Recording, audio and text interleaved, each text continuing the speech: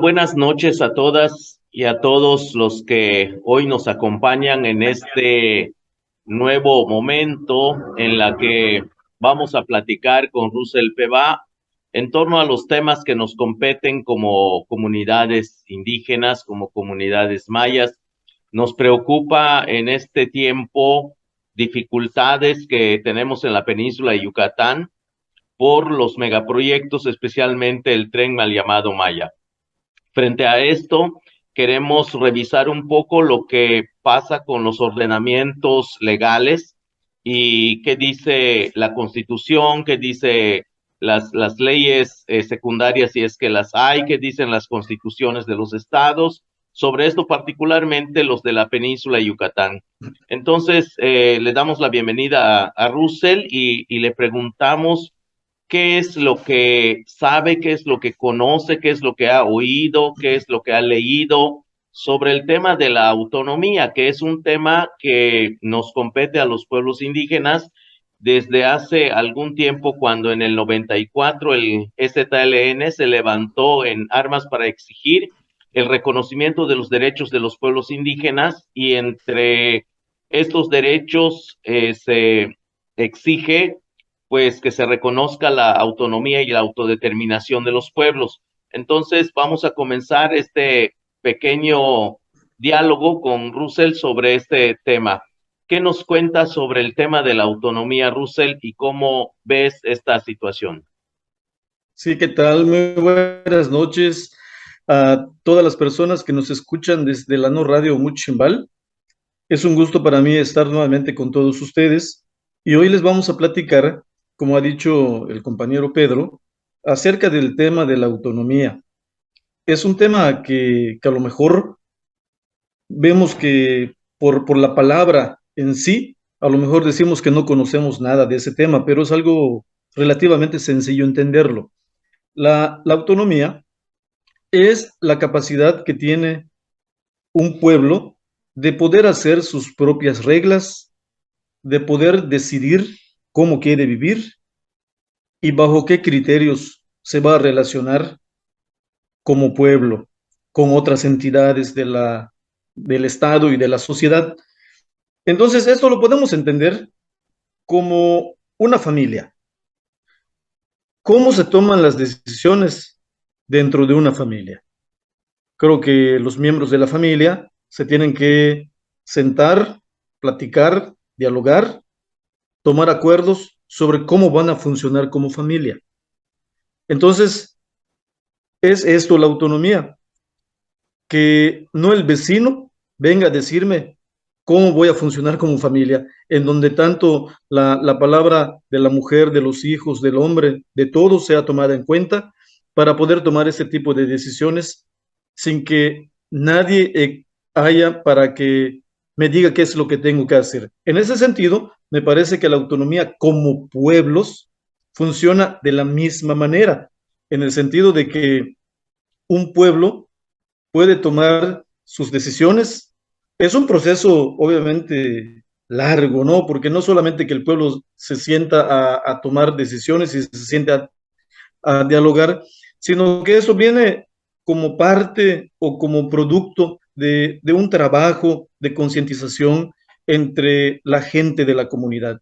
Es muy importante porque esto no es lo mismo, la autonomía indígena, la autonomía de los pueblos, no es lo que se conoce como autonomía municipal. Quiero hacer la aclaración y la diferencia. Eso es, la autonomía municipal es dentro del marco del Estado.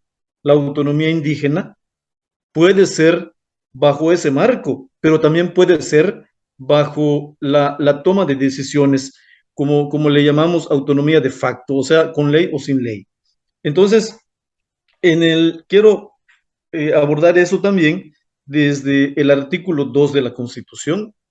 Este artículo inicia en la Constitución en el año 2001, cuando se hace marcha del color de la tierra. Previo a esto, pues obviamente en la Constitución los pueblos indígenas no estábamos. Esta marcha del color de la tierra la organizan los pueblos zapatistas del estado de Chiapas para exigir que se respeten nuestros derechos como pueblos indígenas. Entonces, Eh, lo que se llevó precisamente al Congreso de San Lázaro en ese año fueron los acuerdos de San Andrés, Sacamchen de los pobres, en donde se, se decía que nosotros como pueblos somos sujetos de derecho público. Entonces, cuando los diputados en ese año, en el 2001, sesionan y aprueban esto en el artículo 2, hay un problema allá, lo que nosotros seguimos reclamando hasta el día de hoy. En el artículo 2 se nos cataloga como entidades de interés público. Esto significa que nosotros como pueblos no tenemos la capacidad de tomar esas decisiones precisamente en el marco de una autonomía libre, sino que vamos a estar sujetos a lo que diga el Estado. O sea, sí tienes autonomía, pero es la autonomía que yo te quiero otorgar y que yo te quiero reconocer. Entonces eso deja de ser autonomía. Y es un poco lo que hasta el día de hoy seguimos reclamando como pueblos indígenas. Podemos ver algunos casos en donde esto ha sido posible. El caso de Cherán en el estado de Michoacán, en donde después de hacer una lucha y una exigencia, el pueblo de Cherán finalmente logra su autonomía como pueblo, porque pues tenía una serie de problemas con la delincuencia, con los talamontes, con el narco, con los abusos de los partidos políticos, de las administraciones municipales. Entonces el pueblo cansado de eso deciden hacer todo un movimiento y eso lo inician las mujeres en Cherán. Y también tenemos el caso de los caracoles zapatistas que viven dentro del marco de la autonomía. Esto, si uno lo quiere ir viendo dentro de los pueblos, así como vienen los megaproyectos, que los megaproyectos se autorizan desde el Estado, se autorizan arriba, y vienen los empresarios y solamente quieren aplicar ejercer su proyecto, construir su proyecto en un pueblo. Y esto trae muchas consecuencias sociales porque hay gente que sí quiere, hay gente que no quiere, pero en fin, yo creo que si un pueblo está organizado y vive dentro del marco de autonomía, el pueblo tiene que decidir sin que se le imponga un proyecto o una política pública.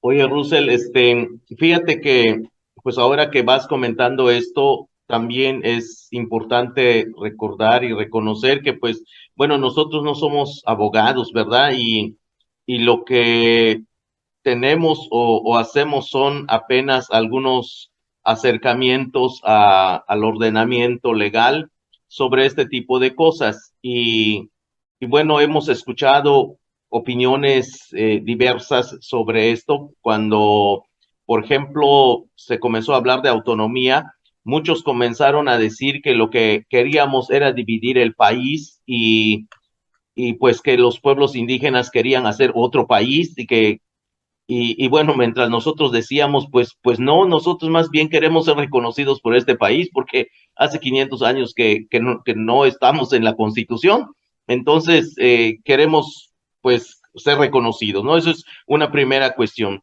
Luego también hablas de que en la autonomía se debe tomar en cuenta la voz de todos como en una familia. Esta palabra también me parece un poco imprecisa porque la usa mucho el Estado cuando dice, sí, les voy a tomar en cuenta, pero pues quién sabe qué significa eso de tomar en cuenta. Yo diría que sí sería bueno que la voz de todos en la familia tenga la misma validez. En ese sentido, creo que nos acercaríamos un poquito más a lo que significa eso, porque eso de tomar en cuenta, pues si te dan un pedazo pues de cualquier cosa, de pan o de tortilla, pues ya te tomaron en cuenta o te la muestran al menos y te dicen, ¿qué es esto? Pues es tortillas, ya te tomé en cuenta, ¿no? O sea, eso también es símbolo de burla. Y la otra cosa que también te quiero preguntar, ¿es verdad que en la Constitución, en el artículo 2 que se incorporó en esta reforma, pues dice que los pueblos indígenas son entidades de interés público, lo cual significa que somos así como una cantina? Somos equiparables, por ejemplo, a una cantina, a un prostíbulo, a una tienda, a un parque. Eso realmente significa, porque yo creo que mucha gente en los pueblos no sabe ni entiende este lenguaje, toda vez que la mayoría de nosotros hablamos maya y la manera como está redactada la Constitución, pues es para especialistas. Yo no sé si el gobierno piensa que tenemos mucho dinero para pagar abogados para que nos expliquen esto, o tenemos un nivel de educación tan elevado para entender este lenguaje, que finalmente si la constitución es de todos, me parece que los primeros que están fuera de ella somos nosotros, porque pues no estamos entendiendo bien este asunto. Es un poco las tres cuestiones que te planteo sobre cómo nos podrías explicar estas situaciones que tenemos como dudas. Sí, claro, claro, con gusto, Pedro. Cuando pongo el ejemplo de la familia y digo que la voz de todos tiene que ser tomada en cuenta, eso es precisamente a ese nivel que tú lo comentas, de que la voz de todos los miembros de la familia tienen el mismo valor. Eso es justamente, qué bueno que haces la precisión en ese sentido. Y en lo otro que tú comentas acerca de que los pueblos indígenas somos reconocidos en la Constitución desde el artículo 2 como entidades de interés público, efectivamente, ¿qué es una entidad de interés público? Una entidad es una cosa que no tiene derechos, como por ejemplo, tú lo mencionas, un parque. Un parque no tiene derechos, necesita mantenimiento. El parque no puede tomar decisiones. A ese nivel nos tienen en la Constitución, al nivel de que somos un objeto, de que somos una cosa que no podemos tomar ninguna decisión. Cuando se da la marcha del color de la tierra que mencioné hace un momento, los acuerdos de San Andrés, que ya era parte de un acuerdo entre el gobierno de Cedillo y los zapatistas, en donde los acuerdos de San Andrés, tal cual se iban a aprobar, iban a ser ley nacional dentro de la Constitución. Esos acuerdos dicen que los pueblos indígenas somos sujetos de derecho público. ¿Qué significa eso?